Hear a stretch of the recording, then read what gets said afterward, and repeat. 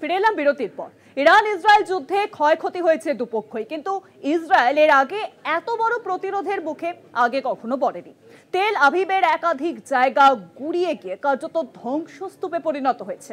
বিশ্লেষকরা মনে করছেন 7টি কারণের জন্য ইরানকে হারানো প্রায় অসম্ভব।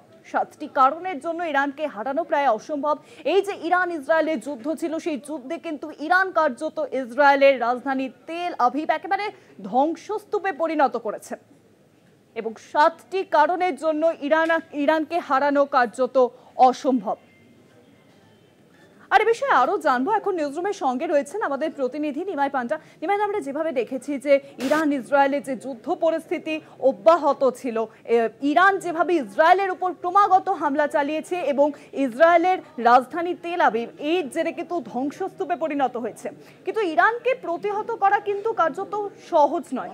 ইরানকে 7টি কারণে হারাতে পারবে না ইসরায়েল। সেই 7টি কারণ ঠিক কোন কোনগুলি?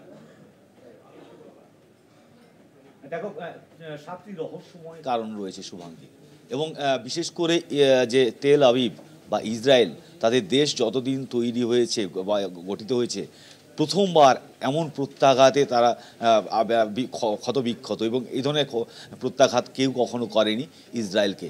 এবং এই ইসরায়েলকে যে এই সবক শেখালো ইরানও ক্ষতিগ্রস্ত হয়েছে তেল আভিভের আক্রমণে, কিন্তু যে 7টি রহস্যময় কারণ, তা সেই রহস্যময় 7টি কারণের জন্য ইরানকে হারানো কার্যত অসম্ভব বলে মনে করছেন বিশেষজ্ঞরা। তার প্রথম কারণ হচ্ছে হরমুজ প্রণালী। হরমুজ প্রণালী হচ্ছে যা ইরানের নিয়ন্ত্রণে রয়েছে, এবং হরমুজ প্রণালী যা 33 কিলোমিটার সব থেকে কম চওড়া রয়েছে, এবং একে বলা হয় যে রক্তনালী, অর্থাৎ সারা পৃথিবীর 20% পেট্রোল বা তেল এবং গ্যাস সরবরাহ হয় এই হরমুজ প্রণালী দিয়ে। এবং এই হরমুজ প্রণালীর যে আশেপাশে 7টি দ্বীপ রয়েছে, সেগুলো নিয়ন্ত্রণে রয়েছে ইরানের।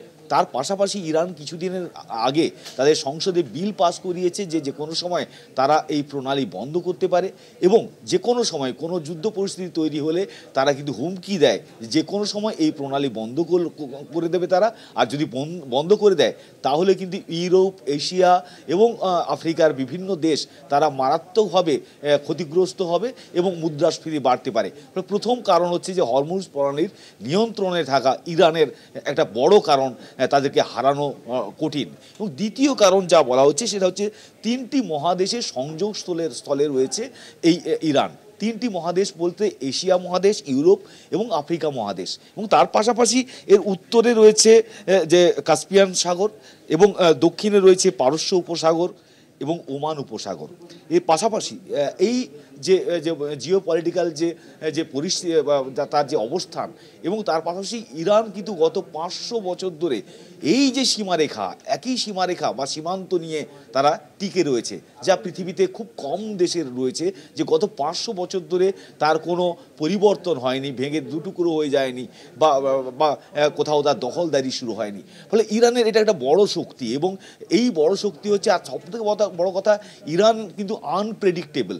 অর্থাৎ যে কূটনৈতিকভাবে আমেরিকা বা অন্য কেউ যদি ভাবে যে ইরানকে এইভাবে প্রতিহত করবে, তাহলে ইরান কিন্তু যে কোনো সময় যে কোনো ধরনের সিদ্ধান্ত নিয়ে ফেলতে পারে, যে কারণে ইরান হচ্ছে খুব আনপ্রেডিক্টেবল। এবং তার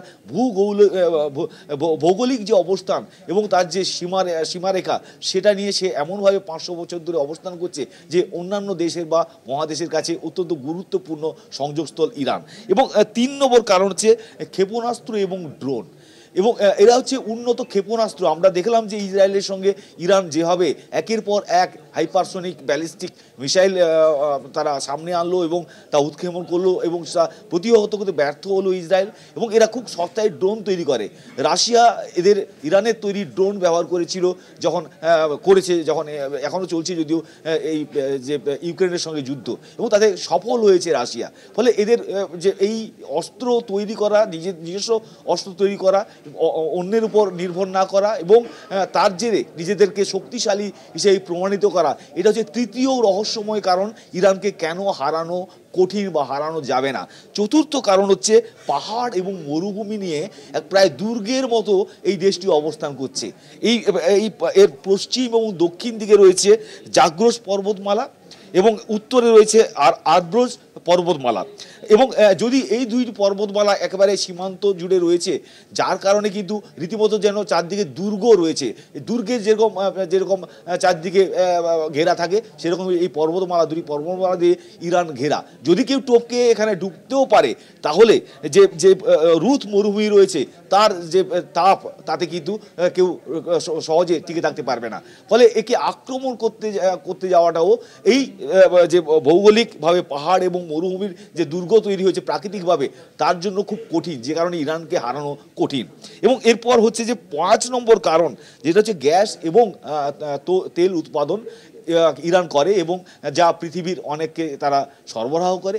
শুধু তাই নয়, এই তোমাকে বলছিলাম যে হরমুজ প্রণালী, তা দিয়ে যে তেল এবং গ্যাস সরবরাহ হয়, তাতেও ইরানের যথেষ্ট সমর্থন না থাকলে তাহলে কিন্তু এই যে যে তৈল যে সরবরাহ, সেক্ষেত্রে ব্যাঘাত ঘটতে পারে, যে কারণে ইরানের উপর নির্ভরশীল অনেকগুলি দেশ। ইরানকে তাই হারানো খুব কঠিন, কারণ তারা রাজনৈতিকভাবে চাপ তৈরি করতে পারে, শক্তি প্রয়োগ করতে পারে, অস্ত্র দিয়ে, সব মিলিয়ে ভয়ঙ্কর একটা পরিস্থিতি হতে পারে, যে কারণে ইরানকে হারানো খুবই কঠিন। এবং আর যে 6 নম্বর কারণ রয়েছে, 6 নম্বর কারণটা খুব বড় কারণ। 6 নম্বর কারণটা বড় কারণ এই কারণেই যে দেখো, ইসরায়েল যখন ইরানে হামলা চালালো এই কদিন আগে, তখন কিন্তু আমেরিকা ইসরায়েলের পাশে দাঁড়িয়েছে, কিন্তু ইরানের পাশে সেই অর্থে রাশিয়া এবং চীন মৌখিকভাবে আশ্বাস দিয়ে দাঁড়িয়েছিল। আর আমেরিকা কি করলো, শেষ পর্যন্ত সামরিক আগ্রাসন ঘটালো, তারা ইরানের তিনটি পারমাণবিক কেন্দ্রে হামলা চালালো। কিন্তু ইরানের যে সুবিধে, যে মহাশক্তিধর আমেরিকা ইসরায়েলের পাশে দাঁড়ালেও রাশিয়া বা চীন এবং উত্তর কোরিয়া, এই রকম বেশ কিছু দেশ রয়েছে যারা কিন্তু সরাসরি ইরানের পাশে দাঁড়াবে। আর যুদ্ধ যদি শুরু হয়, ইরানকে যদি কেউ আক্রমণ করে, তাহলে এই মহাশক্তিধর চীন, রাশিয়া যদি পাশে দাঁড়ায়, তাহলে কিন্তু তাকে হারানো কঠিন। এই হচ্ছে 6 নম্বর কারণ, যে তারা সাপোর্ট পায় মহাশক্তিধর চীন এবং রাশিয়ার কাছ থেকে। আর 7ম কারণ, যেটা হচ্ছে প্রক্সি ওয়ার। ইরান কিন্তু এই মধ্যপ্রাচ্যে বা পশ্চিম এশিয়ায় বেশ কয়েকটি জায়গায় হুতি এদের দিয়ে বা হামাসদের দিয়ে প্রক্সি ওয়ার চালাচ্ছে, যেখানে ইরান সরাসরি যুক্ত নয়, কিন্তু তারা বিভিন্ন জঙ্গি গোষ্ঠী তাদেরকে দিয়ে অন্যান্য দেশগুলিকে তারা যুদ্ধে একেবারে বিব্রত রাখছে, এবং সেখানে আমেরিকার কাছে এটা খুব চাপের হয়ে যাচ্ছে এই ধরনের যুদ্ধ টানা চালিয়ে যাওয়া। ফলে এই যে প্রক্সি ওয়ার চালিয়ে যাওয়া ইরানের পক্ষ থেকে, সেটাও কিন্তু খুব বড় একটা কারণ। আর সবশেষে কত 86 বছর বয়সী যে খামেনেই, তার যে ডিসিশন, তার যে একবারে বুকে সাহস রয়েছে, যে সাহস তিনি দেখাচ্ছেন বারবার করে ইসরায়েলকে পাল্টা হামলা এবং আমেরিকাকে সবক শেখানো, সেটাও ইরানের রহস্যময় কারণগুলির মধ্যে অন্যতম, যে ইরানকে হারানো এত সহজ নয়। অনেক ধন্যবাদ নিমাই। দ্য নিউজ রুমের সঙ্গে ছিলেন আমাদের প্রতিনিধি নিমাই পান্ডা। অর্থাৎ এই যে ইরান ইসরায়েল যুদ্ধ, সেই যুদ্ধে কিন্তু ক্ষয়ক্ষতি হয়েছে দুই দেশে, কিন্তু ইসরায়েলের ক্ষয়ক্ষতি মাত্রা অতিরিক্ত, কারণ আমরা দেখেছি যে তেল আভিভ কিভাবে ধ্বংসস্তূপে পরিণত হয়েছে, কিন্তু ইরানকে হারানো কিন্তু এতটা সহজ নয়। 7টি কারণ রয়েছে এর পিছনে, সেই কোন কোন কারণগুলি তুলে ধরলেন আমাদের প্রতিনিধি নিমাই পান্ডা।